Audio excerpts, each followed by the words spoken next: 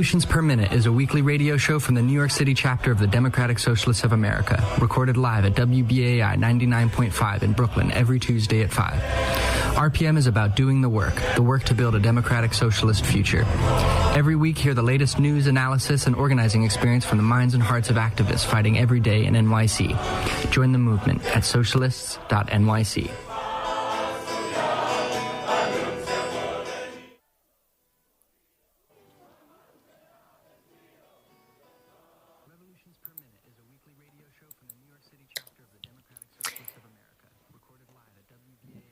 Okay.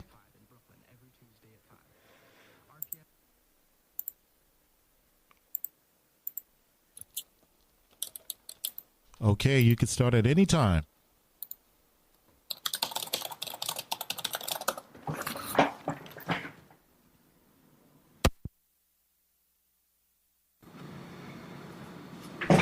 Okay, this is WBAI New York, 99.5 FM and WBAI.org online.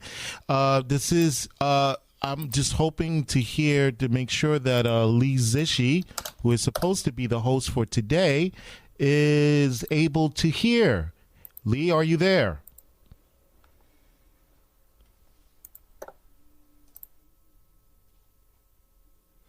Lee. Okay, let's try that again.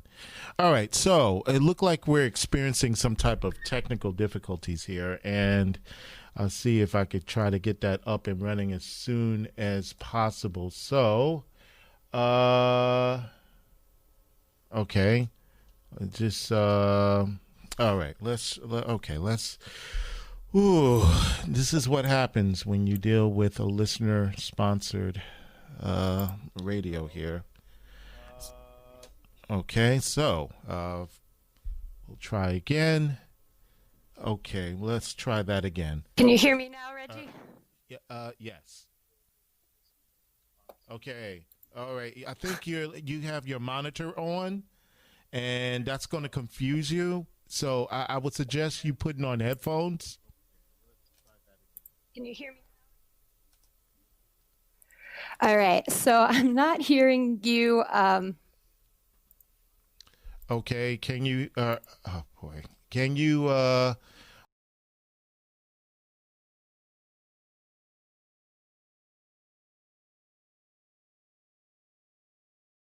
Okay, I can hear you fine. I am wearing headphones. Okay, all right. You got to put yourself out of delay because that's just going to further confuse you. Yeah, and you're listening to delay right now. Oh boy. So it's a delay because I'm on. Yeah, yeah. Because that's just going to further confuse you. And you're listening to delay. So it's a delay.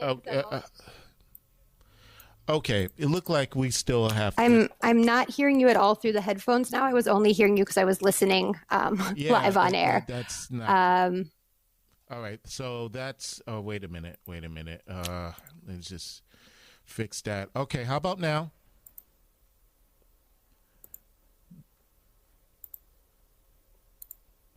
Okay, look like we're experiencing some issues here.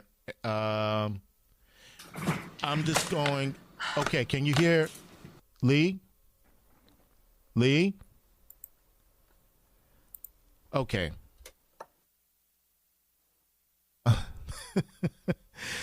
Okay, so what I'm going to do, I'm going to go and play some music, and hopefully we can situate this thing here. One more reason to support this radio station as we try to do our best to make sure that that this you know what? Listen to some music.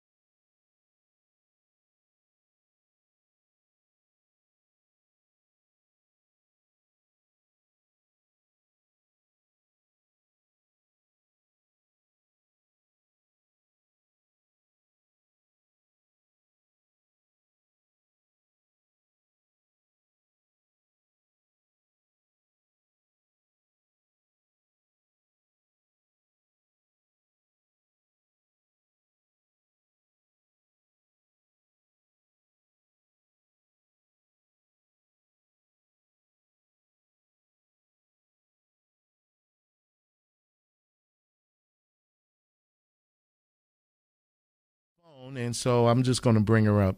Lee, are you there? Yes, I'm there. All right, take it over. Thanks, Reggie, and thanks everybody so much for hanging in there with us as we figure out the live radio. You're listening to Revolutions Per Minute live on WBAI. We are a socialist radio show and podcast from members of the New York City Democratic Socialists of America. The Democratic Socialists of America is the largest socialist organization in the United States with 70,000 members nationwide, and New York City is its biggest chapter. 1 week ago today was Election Day here in New York for the 2020 primaries, which have been delayed because of the COVID pandemic. And it was a big night for New York City DSA endorsed candidates.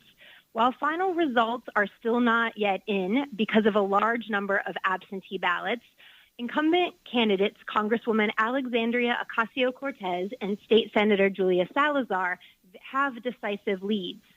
Also, State Senate candidate Jabari Brisport leads Tremaine Wright in District 25 of Central Brooklyn by nearly 3,000 votes. Zohran Mamdani leads Aravella Simotas in Assembly District 36 by nearly 600 votes. Marcela Mitaynes trails incumbent Felix Ortiz in Assembly District 51 by only 464 votes. And Phara Souffrant Forrest trails incumbent Walter Mosley in Assembly District 57 by 588 votes.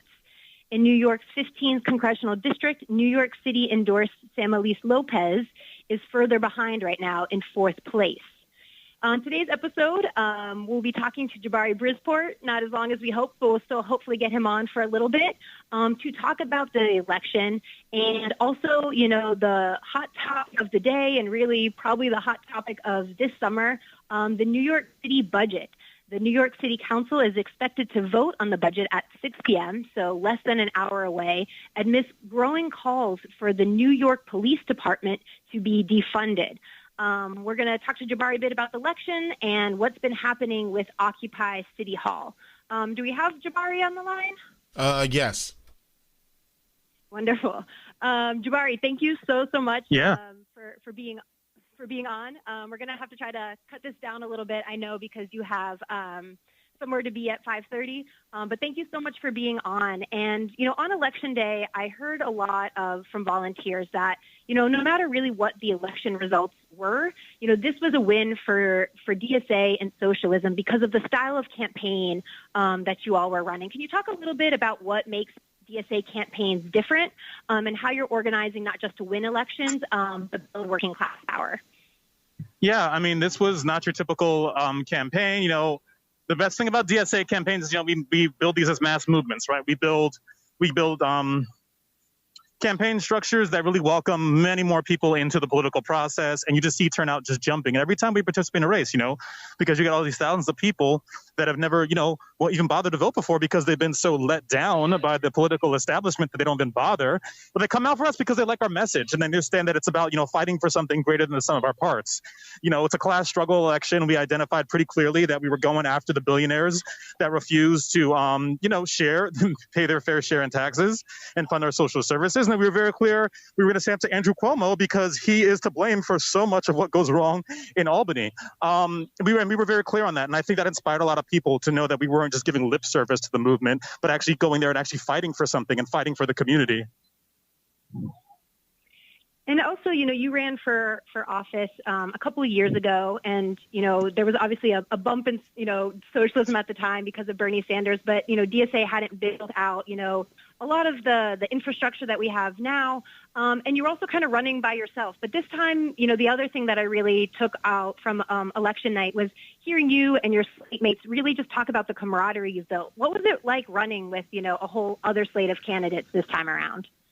It was so great. Like, running for office is extremely lonely and extremely depressing at a lot of moments. I'm not going to lie. I wouldn't wish it on anybody, but if you're listening, please do run. If you're a socialist, we do need more socialists. But, it can be very depressing and very lonely. And it was nice to have people just to chat it and check in with. I mean, we had a group text, a group thread going just to, for morale and keep each other going. But also to coordinate and bounce ideas off of each other was really nice. It was great. And that's very socialist. It was very communal and collaborative, which is how we should be operating in politics and in life too. And so I know we haven't even started counting absentee ballots, but can you kind of just give us like an update on like what's happening with that? When can people expect results? What's going on? I mean, I wish I had a hard answer. I mean, this has never happened before where we have this just a massive number of absentee ballots. They're going to start counting. Well, they originally said the 1st, although I'm hearing it's the 6th now of July. They'll start counting it, and they'll have like tens of thousands of ballots to count. So it's a lot. It might take a bit. Hopefully by mid-July, we'll know for certain. I know in my race, we're feeling pretty secure about our lead. Although, anything can happen. So we're just going to be watching the ballot counting closely and make sure there's no messing around. I know, my main opponent, her name was Tremaine Wright. She cheated every 5 minutes during the election. So we just want to make sure she doesn't try to cheat her way into the lead during the mail-in ballot recount. Yeah, and we'll, later in the show, we're going to hear from some volunteers on the campaign and also some of your reflections and of the other candidates on election night. But before you have to go, I want to make sure we also get a chance to talk about this huge issue right now. New York City will be voting on a budget, within about half an hour. What has New York City DSA been calling for in the budget when it comes to defunding the NYPD? We're calling for a halving. Like taking the budget is $6 billion, we're saying go to $3 billion, a $3 billion reduction. Cut the budget in half, cut the number of police in half. Because we all know we're police abolitionists, so we're trying to get halfway there, at least in New York. But also, it's just police are fundamentally violent, and it's unfortunate. I don't think we're even gonna get that. I'm worried. A lot of people in the movement were saying $1 billion. We're barely even getting that. They're doing fuzzy math, and just literally moving hundreds of millions of dollars from NYPD budget for school safety officers in schools and just putting it on the Department of Education budget. So it's not even a reduction. It's literally just a shift in money from one department to another, which is just nonsense. It's all fuzzy math. It's really crap. It's really frustrating. And we need to abolish the police. Yeah. And what, when you originally ran, you were running for city council. What's kind of been the reaction of the New York City Council and the mayor to these demands? I know you've talked a little bit already about how they've been trying to pretend like they're meeting them, but really just moving around the math. But also, the New York City Council has also had a very strong reaction to some of DSA's tactics, like doing a small rally outside their homes. Yeah, no, they're really wilding. I mean, doing a peaceful demonstration at a politician home is that's a 50-year-old tradition, maybe more, and something that happens every other day in New York. People are at Schumer's house every other day. People at Johnson's house yesterday. But what's unfortunate is that specifically Lori Cumbo and Danny Drum decided these were personal attacks on them, made a whole big thing about DSA crossing some line of going to their homes when it's, again, something that's been done for 50 years and is happening every other day in New York to some politician or elected official. And, they're saying, things like the movement has been gentrified or colonized, which are really disgusting words for an abolitionist movement, which has its roots in the demands of Black and brown people. It just shows how out of touch they are and how out of touch they probably will be when they vote. Yeah, what are you expecting tonight? And maybe you can also talk a little bit about how people can get involved in DSA's work to defund the police, beyond tonight. We obviously have this very important moment, but as always, the work will continue. Yeah. I mean, I'm expecting them to vote on, yes, I'm expecting it to pass what's happening here, which is an alleged $1 billion reduction, which is really just half of it is hundreds of millions that's shifting, school safety officers from the NYPD budget to the Department of Education budget. And then another thing is I think it's 300-ish million that's basically, they're not going to pay in overtime. They're going to just, cut back on the overtime for cops, which we know how that's going to go because that's just not going to happen. It's very fuzzy math. So I expect them to pass that crap budget with those false promises. And then moving forward, to keep putting up the demands. I'm blanking on the website right now that DSA is working. I think it's defundnypd.com, but don't hold me to that.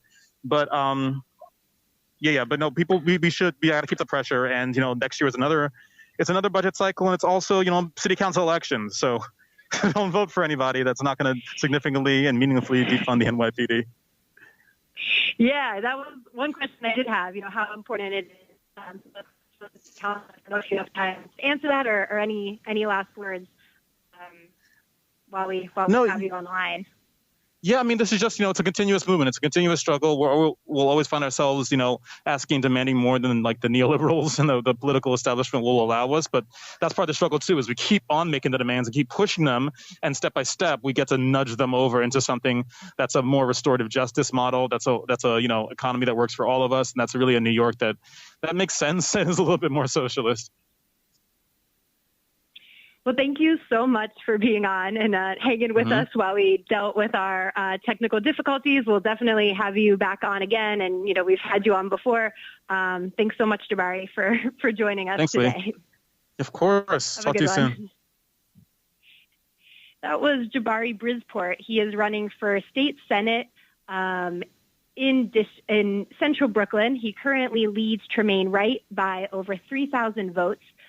He was one of many DSA endorsed candidates, and we'll be hearing more from those candidates, their reflections on election night later in the show. You've been listening to Revolutions Per Minute on listener-sponsored WBAI in New York City, broadcasting at 99.5 FM and streaming on your favorite podcast apps. I'm Lee Zishi. I use she, her pronouns. Today we're talking about the primary elections that were last week here in New York City, and also the budget that is now being voted on very soon by the New York City Council. For the past over a week now, advocates and activists and just everyday New Yorkers have been in front of City Hall. They're calling it Occupy City Hall, to demand for at least a $1 billion budget cut. As you heard from Jabari, groups like New York City-DSA and others are calling for more than a half of a budget cut, and, as a demand to lead towards abolition. I was down at City Hall yesterday morning, and I talked to Selena Trowell, and here's her interview about why people have been down there, through the rain, through the heat, occupying City Hall. Here's Selena. Travel, and I am an organizer with Local New York. We are here at the Occupy City Hall, and what we are standing within is a direct physical manifestation of us doing active resistance and just take back for our lives, our joy, and to really fight for budget justice. And what that looks like is defunding the NYPD by at least $1 billion, not over a course of a number of years, but this year. Right now, enough is enough. We are tired of the repeated history of state-sanctioned violence in our communities. We're tired of our communities being starved out while the pockets of the NYPD is getting lined up and being fatter and fatter, right? And so by going ahead and disinvesting the police department and investing in specifically Black and brown communities, we are allowing our educational system to thrive. We are allowing, and when I say educational system to thrive, not by putting more police in schools, by having children feel safe, not feel targeted, not feel as if they are already innately doing something wrong or they're guilty of doing something wrong. Just wanted to put that out there. We want to ensure that our homeless brothers and sisters, if they have service needs or if they have mental health needs, that they are not responded by hyperactive or hyper-aggressive police who are never trained, have no intention or compassion to deal with those that are homeless. So we want real housing, affordable housing for our brothers and sisters that are homeless, and support and care for them. It also looks like being able to pour that back into the communities, and whatever that looks like, youth programs that are not tied to the carceral system, so that way they have a chance to thrive and be free, and not linked in any way to a system that benefits and helps to perpetuate structural racism. It's so many different areas, from healthcare, to the end of a medical apartheid, all these things. It makes me think, for example, if there were proper funding in Black, brown, and poor communities, we maybe wouldn't have struggled with getting testing.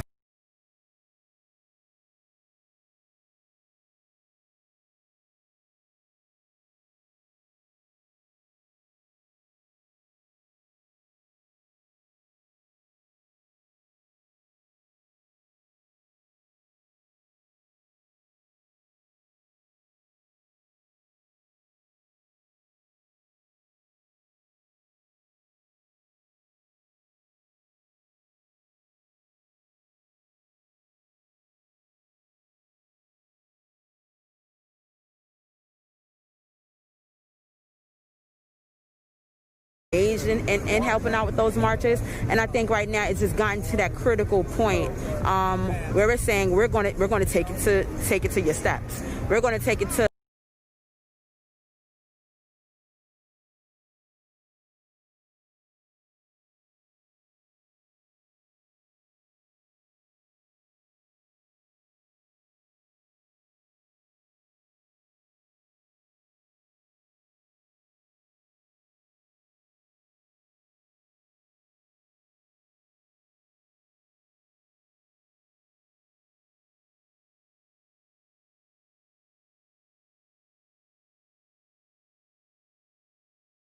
specifically. So this directly impacts them. This directly impacts us, and we're one. And so we said that we're going to stay out here and make it known in an escalated manner that it's not okay, and we need to fight back to liberate ourselves. And we need to take a direct stab at institutions that continue to oppress us, whether it be legislatively, whether it be financially, economically. So that's why we're here. And I know you mentioned, bringing in joy. What's the vibe been like here? Right now it's a beautiful morning, but it poured last night. It's been hot. The rapid growth of this speaks to what I think people need to pay attention to. Right now we are in a global uprising that has caught fire, rightfully so. And I think this has been brewing in the system. This has been brewing in the hearts and minds of people for a very long time. In terms of the vibe, the environment, I think it has been a mix of, uncertainty of what does this look like? How do we engage in spaces like this where we engage and interact in our own public safety? Is it possible? And I think what happens is when you see the community pour in, stick up for one another, take care of one another, then it is possible, right? And so this is honestly an example of what a world could look like if we all had the proper resources, right? If we all were able to have opportunity to invest in one another and care for one another and thrive. There's no other community that has some secret key to safety and what that looks like. This is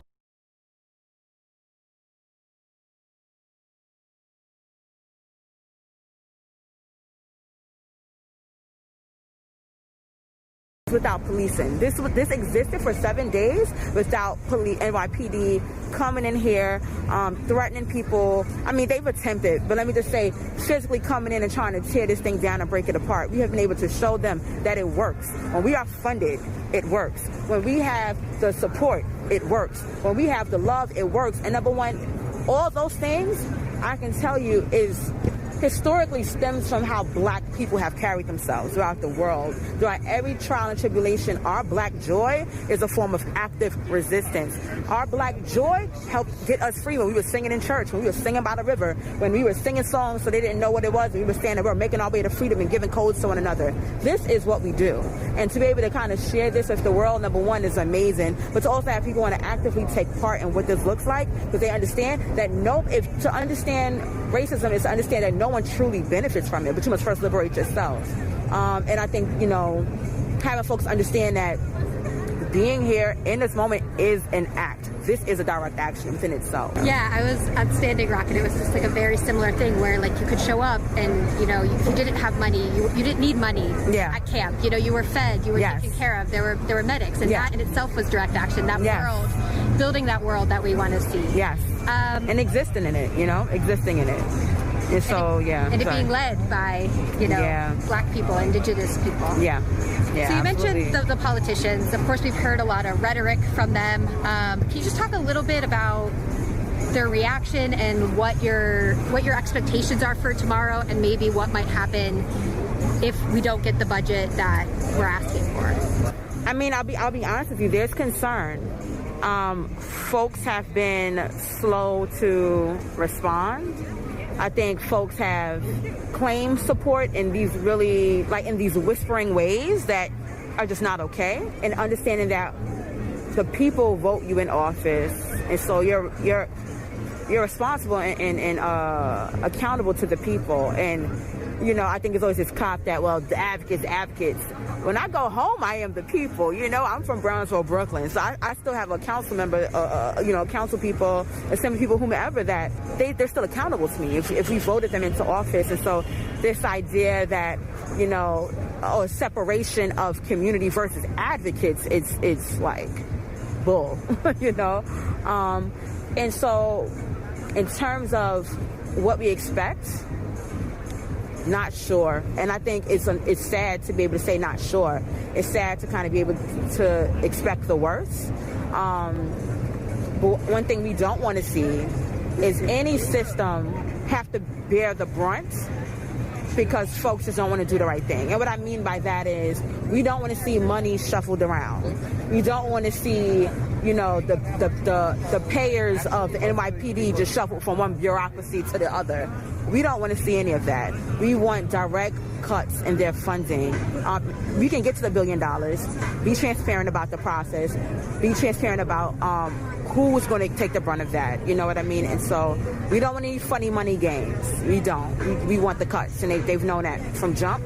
And how can people, if they want to support this or learn more information, what's the best way for people to get involved?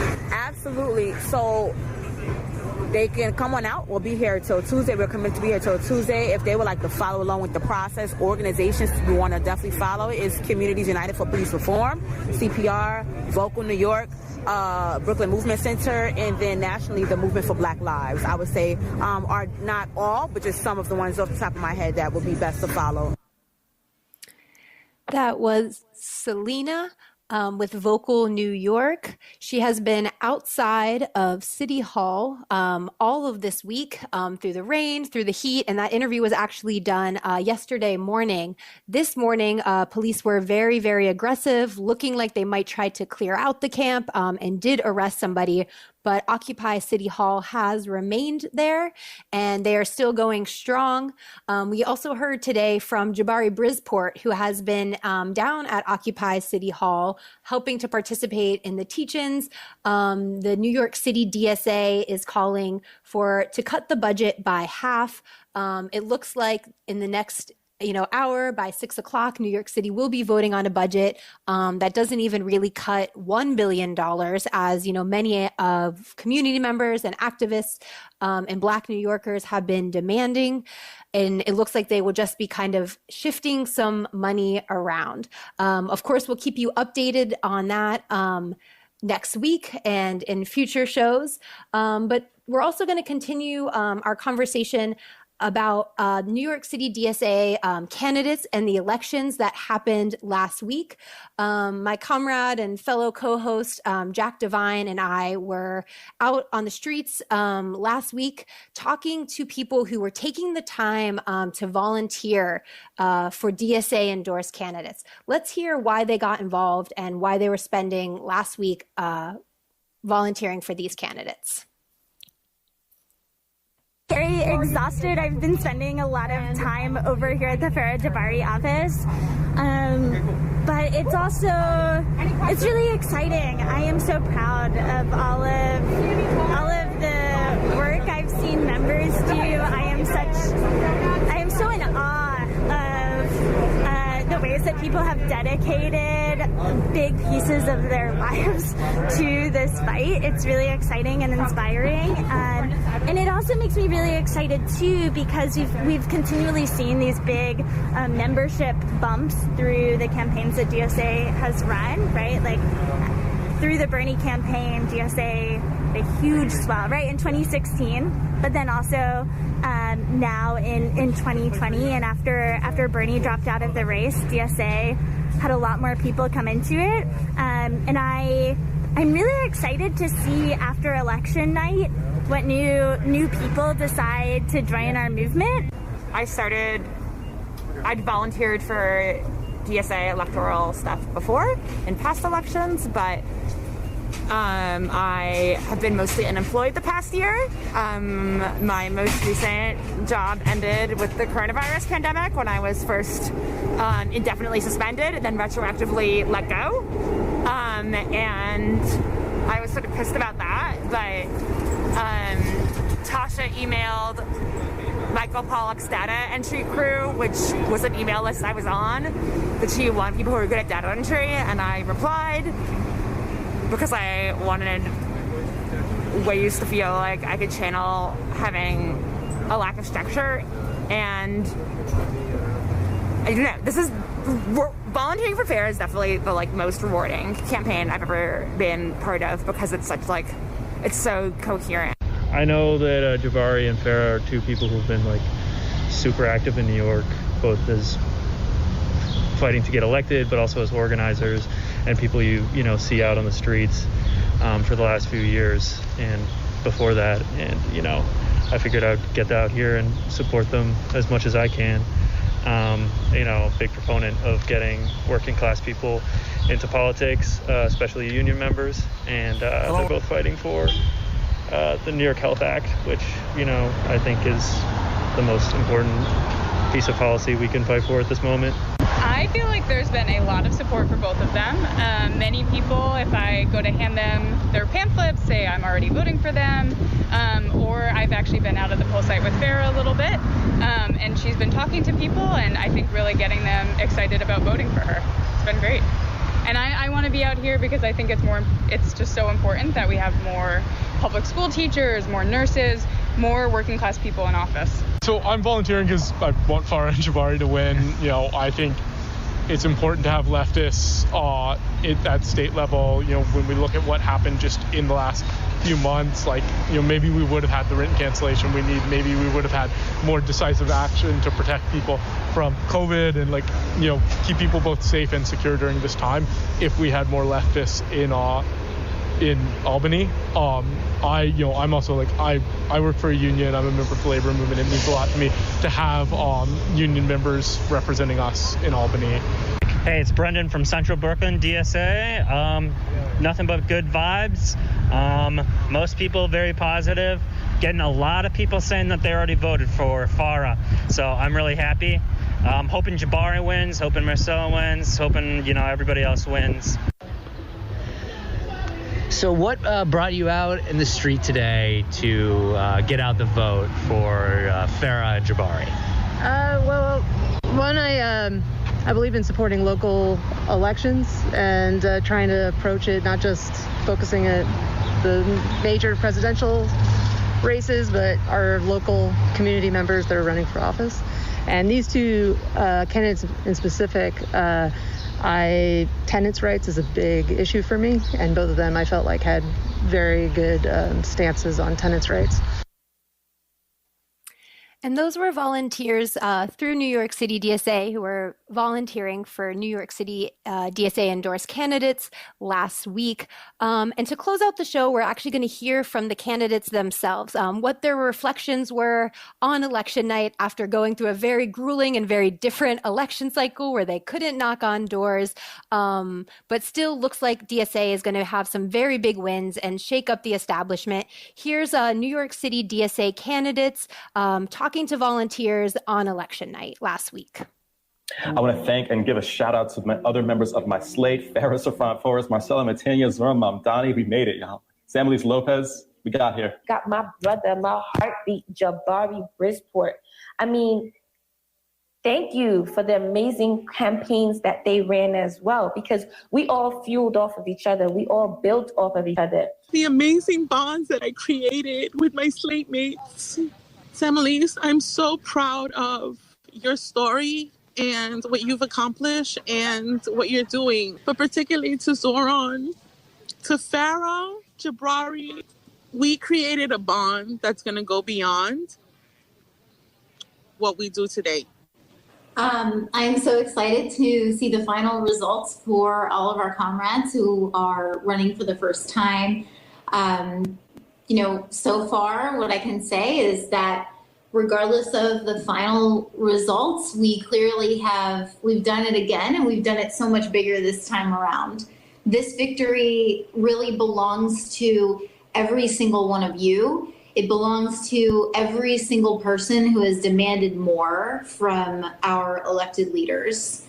It really belongs to everyone who has been struggling constantly against rising rents and failing healthcare and underfunded schools and overfunded police departments, and every single person who knows that our communities deserve better than the exploitation and the violence of capitalism.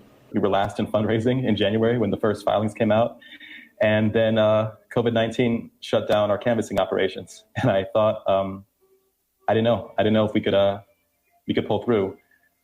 And I am just so incredibly grateful for, the resiliency of our movement. And I just have some numbers I want to run by you because we hung in there. And I'm happy to say that we've had over 1,000 volunteers contribute to this campaign. You know, before COVID, we had knocked on over 25,000 doors, and we switched to phone calls and made over 350,000 phone calls to people in this district. We sent mail to 118,000 households. We sent mail to every single household in this district.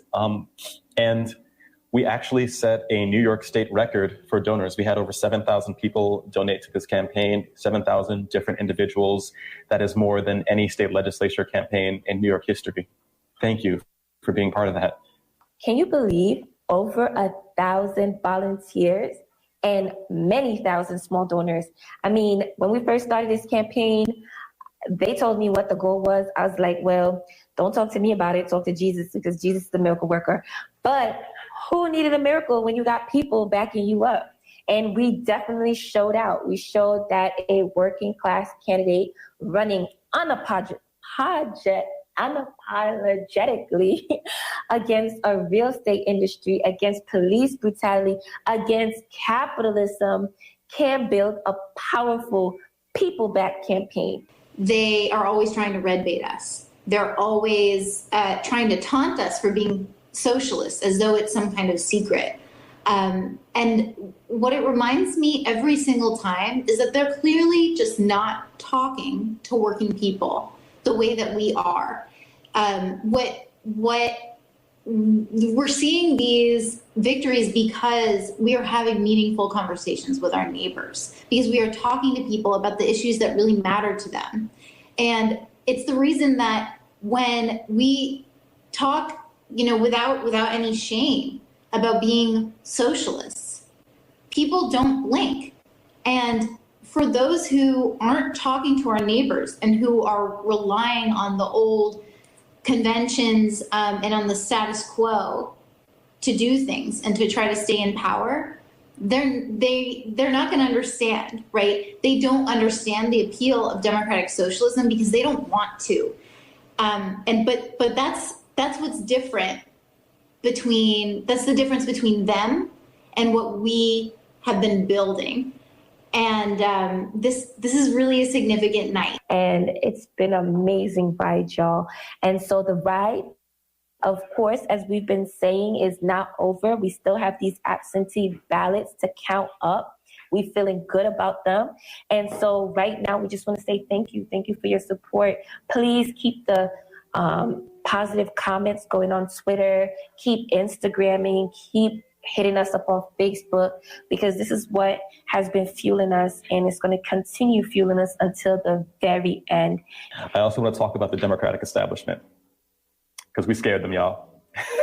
But I also want to thank the DSA for the incredible work done on this campaign, and the incredible work we do every day on so many other issues. It's really remarkable. I'm so proud of the coalition we built during this campaign. It is truly a coalition that reflects the diversity of this district and this country.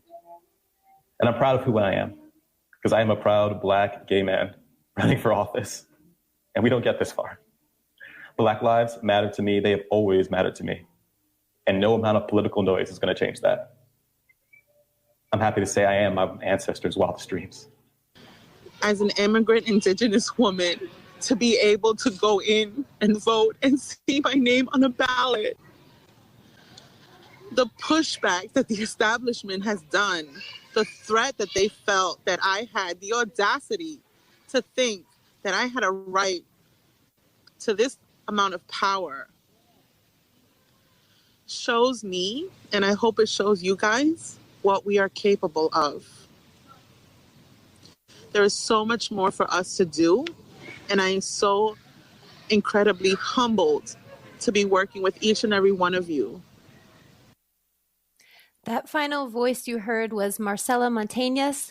Also in that clip, State Senator Julia Salazar, and candidates for State Assembly and State Senate, Phara Souffrant Forrest, and Jabari Brisport. If you go to revolutionsperminute.simplecast.com, you can listen to other episodes of the show that we have done with these DSA endorsed candidates. And of course, we will be covering the election results when we do finally get them in and absentee ballots are covered. And we will also continue to be covering on this show what's happening with the City Hall budget, as well as defunding the police. You've been listening to Revolutions Per Minute. I'm Lee Zishi. Thank you all so much for joining us today, and take care out there in New York City.